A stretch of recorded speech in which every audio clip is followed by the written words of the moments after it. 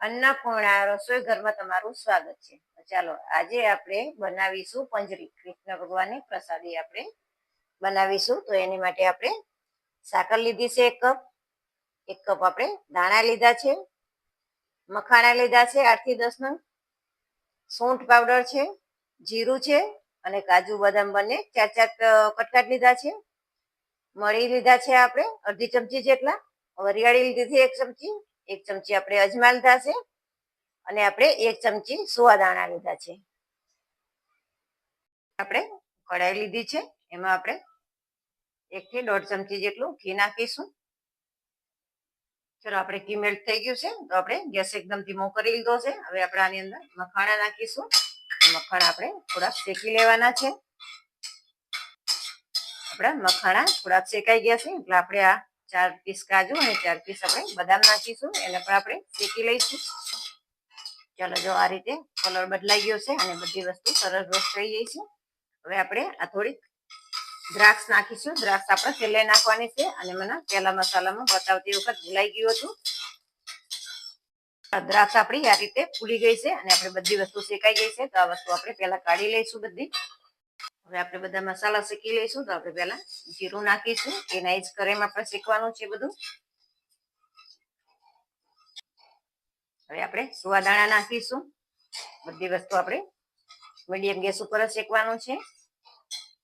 હવે આપણે વરિયાળી નાખીશું. આ રીતે આપણે એક એક વસ્તુ શેકતા જઈશું અને નાખતા જઈશું. મળી નાખીશું. અજમા આપણે પાછળથી નાખવાના, કારણ કે અજમાનો દાણો ઝીણો હોય છે એટલે બળી જાય છે. હવે આપણે આ દાણા નાખીશું. હવે આપણે અજમા નાખીશું. આ બધી વસ્તુને આપણે 1-8 મિનિટ જેવું શેકી લઈશું. આ રીતે આપણે બધી વસ્તુ શેકાઈ ગઈ છે. આપણે પહેલા તો ગેસ બંધ કરી લઈશું અને હવે હું તમને બતાવીશ આ રીતે. તો જો દાણો તરત જ તૂટી જાય છે એટલે આપણી વસ્તુ બધી સરસ શેકાઈ ગઈ છે. આનો કલર બદલાવા નથી દેવાનો. હવે આપણે આ બધી વસ્તુને ઠંડી કરી લેવાની છે, પછી આપણે આને પીસી લઈશું. ચાલો હવે આપણે બધા મસાલા ઠળે છે ત્યાં સુધી આપણે સાકરને દળી લઈશું. સાકર નાખી છે આપણે. હવે આપણે આ સૂંઠ પણ આની અંદર નાખી દઈશું અને આપણે આને દળી લઈશું. ચલો હવે આપણે સાકર અને સૂંઠ સરસ પીસાઈ ગયું છે. જો આ રીતે એકદમ સરસ પીસાઈ ગયું છે. હવે આપણે આને આ રીતે ચાણીમાં નાખી અને થોડુંક ચારી લઈશું. જો આ રીતે બધા મસાલા સરસ ઠંડા થઈ ગયા છે. હવે આપણે આને પણ પીસી લઈશું. આ બધા મસાલા પણ આની અંદર નાખી દઈશું. આપણે કાજુ બદામ દ્રાક્ષ અને મખાના બધી વસ્તુ આપણે આની અંદર નાખી અને હવે આપણે પીસી લઈશું. ચાલો આપણે આ રીતે બધા મસાલા સરસ જો દળી લીધા છે. આને એકદમ રફલી નથી કરવાના, આ રીતે થોડુંક રાખવાનું છે. હવે આપણે આને પણ થોડુંક ચારી લઈશું એટલે અંદર જે દાણાનો કોઈમાં સોતા કેવું હોય એ જરાય આને બહાર આવી જાય. જો આ રીતે આપણે ચારી લીધું છે અને ઉપર આ રીતે આટલું દાણાનું આવ્યું છે કચરું.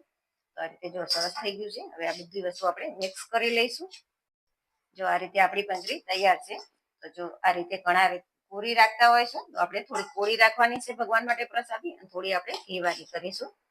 તો આ રીતે આટલી આપણે કોરી કાઢી લઈશું.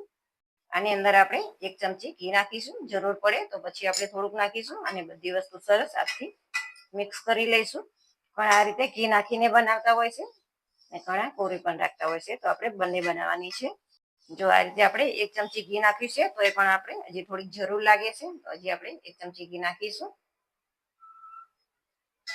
હવે મિક્સ કરી લઈશું. જો આ રીતે આપણે આ રીતે મુઠ્ઠી પડતું થાય એ રીતનું આપણે 2 ચમચી ઘી નાખેલું છે આમાં.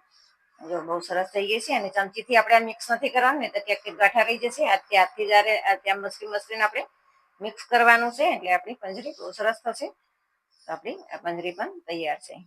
ચાલો આપણી પંજરી તૈયાર છે અને આ પંજરી બહુ સરસ બને છે. આમાં તમે ટોપરાનો બૂરો નાખવો હોય તો પણ નાખી શકો છો. મેં નથી નાખ્યું. અને આ પંજરી ખાવામાં પણ બહુ જ સારી, કારણ કે આની અંદર બધા ઔષધિ આવે છે. તો તમને આ રેસીપી વિડીયો ગમ્યો હોય તો લાઈક કરો, શેર કરો અને સબસ્ક્રાઈબ કરવાનું ભૂલતા નહીં.